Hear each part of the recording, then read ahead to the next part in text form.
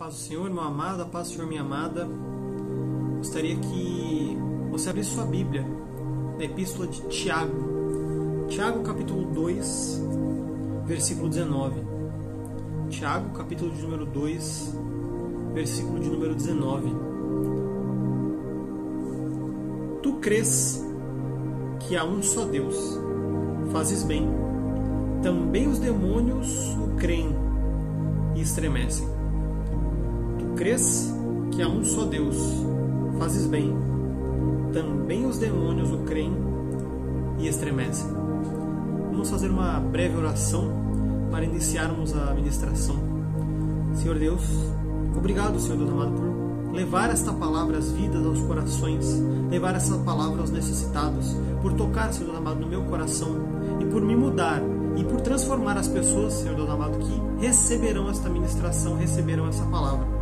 Que o Senhor possa nos mostrar que nós precisamos praticar da Tua obra, praticar do Teu querer, praticar das Tuas Escrituras, que devemos viver verdadeiramente como cristãos, que devemos viver verdadeiramente aquilo que Tu queres para a nossa vida, que aquilo que Tu nos deixaste na Bíblia não é apenas para ser crido, mas também praticado, não é apenas para entendermos, Senhor Deus amado, que o que está escrito serve para que nós venhamos a aprender, mas sim a praticar também, em nome do Senhor Jesus. Pois bem, lemos Tiago 2,19, um versículo onde Tiago faz um questionamento. Você crê em Deus? Você crê em um único Deus, na unicidade de Deus? E ele diz que isso é uma coisa boa. Ele conclui que a crença em um Deus único, que é o que a palavra defende, é uma coisa boa. Porém, até os demônios fazem isso. E alguma coisa deve nos discernir, alguma coisa deve nos diferenciar dos demônios. Pois bem, Tiago ele defende a ideia de que a fé ela não se sustenta sem obras, que é necessário que nós pratiquemos das duas coisas, da fé e das obras. Vejamos aqui um exemplo. Tiago, no capítulo 2, versículos 15 e 16, Tiago traz um exemplo. Ele fala, olha, se um irmão ou uma irmã venham a você com fome e sem vestes, não adianta você falar, vá em paz, se alimente e se aqueça. Isso não basta. É necessário uma prática. É necessário você intervir. É necessário você seguir os preceitos e mandamentos de Deus. É necessário você ajudar para que isso tenha uma mudança. Para que venha a haver uma mudança na vida do irmão ou da irmã necessitado. E ele usa esse exemplo para concluir no versículo 17. Que a fé sem obras, ela não se sustenta. Tiago 2,17. A fé, se não tiver obras, é morta em si mesma. Porque a fé sem obras é só uma expectativa. Nós devemos praticar, nós devemos viver daquilo que cremos. Sabe, diversas partes da Bíblia trazem um Deus soberano. Apresentam a nós, leitores, um Deus soberano sobre a criação. Um Deus que está separado da criação porque Ele é perfeito e nós não, e que Ele manda na criação e que Ele tem domínio completo sobre a criação. Isso tem em Deuteronômio 10, isso tem em Salmo 135. Diversas passagens da Bíblia falam sobre a soberania de Deus sobre a criação, sobre a capacidade de Deus de impor a sua vontade na criação. E Ele só consegue fazer isso porque Ele é único, Ele é perfeito, e nós devemos reconhecer a Deus como único. Devemos reconhecer Ele como o único suficiente Salvador, aquele que nos tirou do pecado, que derramou sobre nós a sua graça. Portanto, nós como pessoas leitoras da Bíblia, nós como crentes, devemos crer que Deus é único. Devemos acreditar nesse Deus que construiu o céu e a terra e que Ele é único. Mas Tiago ele lembra, olha, isso não basta. Acreditar em Deus não basta, é necessário praticar. E não necessariamente Tiago se refere a obras sociais, a distribuir um alimento, distribuir roupas. Tudo isso é importante, tudo isso tem um grande valor, ainda mais cristão. Mas Tiago ele fala não apenas da obra social, ele fala também da vivência, ele fala da conduta. O capítulo 2 de Tiago ele começa falando sobre irmãos. Não tenha fé em Cristo Jesus em acepção de pessoas. Não tenha fé em Cristo Jesus e depois, quando chegar alguém rico, você coloca num lugar especial, num lugar separado, e uma pessoa pobre você isola, porque assim fazendo você está contrariando Cristo. Então não adianta você dizer que você crê em Cristo Jesus, que você tem fé em Cristo Jesus, se você age da forma oposta, se você age da forma que não condiz com o caráter cristão. Então Tiago está falando aqui de uma conduta cristã. Tiago está falando, olha, não adianta você falar que você segue a Jesus, que você segue a Cristo, mas pratica o oposto, mas vive o oposto. Isso ainda vale para nós hoje. Sabe, com o passar dos 2000 anos pós-Cristo que nós vivemos, o termo cristão ele foi englobando outras ideias dentro de si. Tanto é que cristão, quando você põe a ideia cristã, você julga uma pessoa honesta, uma pessoa justa, uma pessoa amiga, uma pessoa confiável, porque essa é a ideia que o cristão tem que passar, porque é isso que a Bíblia nos ensina a ser: honestos, justos, verdadeiros, amigáveis, amáveis. E esse status cristão ele foi agrupando isso, foi recebendo essas outras características. A questão é que hoje em dia muita gente vai à igreja, muita gente se diz cristão, às vezes nem vai à igreja, mas se diz cristão, se diz que acredita em Cristo, acredita em Deus, para ganhar esse status, para ter esse status de uma pessoa honesta, para ter o status de uma pessoa boa, de uma pessoa amorosa, para ter esse status sobre si. Então a pessoa não vai à igreja para receber a graça de Deus, a pessoa vai à igreja para o outro ver que ela é cristã, que ela tem esse status, para manter esse status. E uma coisa que vem surgindo fortemente na nossa sociedade é uma ideia um pouco estranha, mas é o seguinte: a pessoa ela diz que acredita em um Deus, que ela crê em Deus, que ela crê em Jesus, mas ela cria uma ideia de Deus na cabeça dela. Ela cria uma ideia moral de Deus na cabeça dela. Então ela passa a dizer, eu acredito em Deus, mas ela não acredita no Deus da Bíblia. Ela acredita no Deus que está na cabeça dela. Ela acredita num Deus que segue os padrões morais dela. Ela acredita em um Deus que segue a ética dela. Ela acredita em um Deus que castiga as pessoas que merecem um castigo do ponto de vista dela, que abençoa as pessoas que merecem bênção do ponto de vista dela. Ela passa então a adorar um ídolo levantado pelo coração.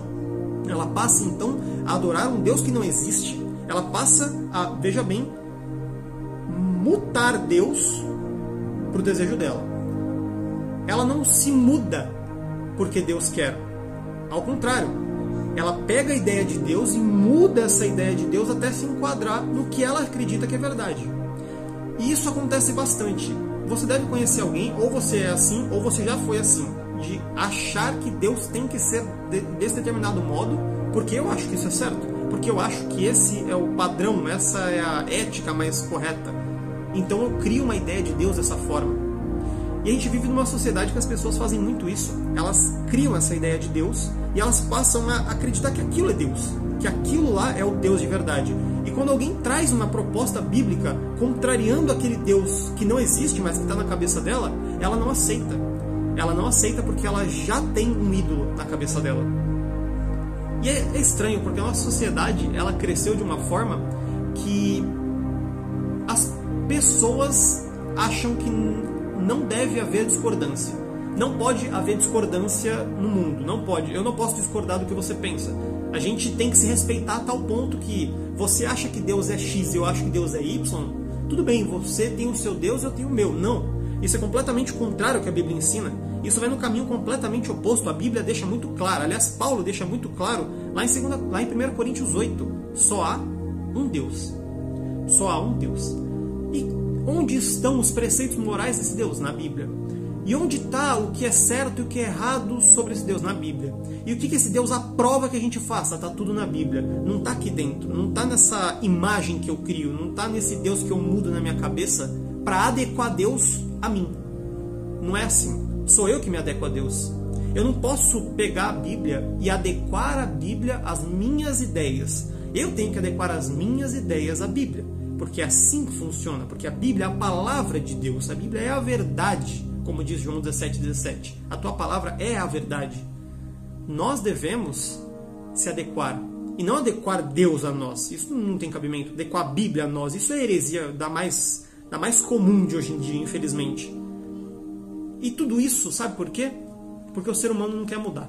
Porque mudar é difícil, mudar é complicado. Mudar a nossa forma de ver, a nossa forma de pensar é difícil. Às vezes dói, às vezes cansa. Às vezes demora para a gente entender o porquê.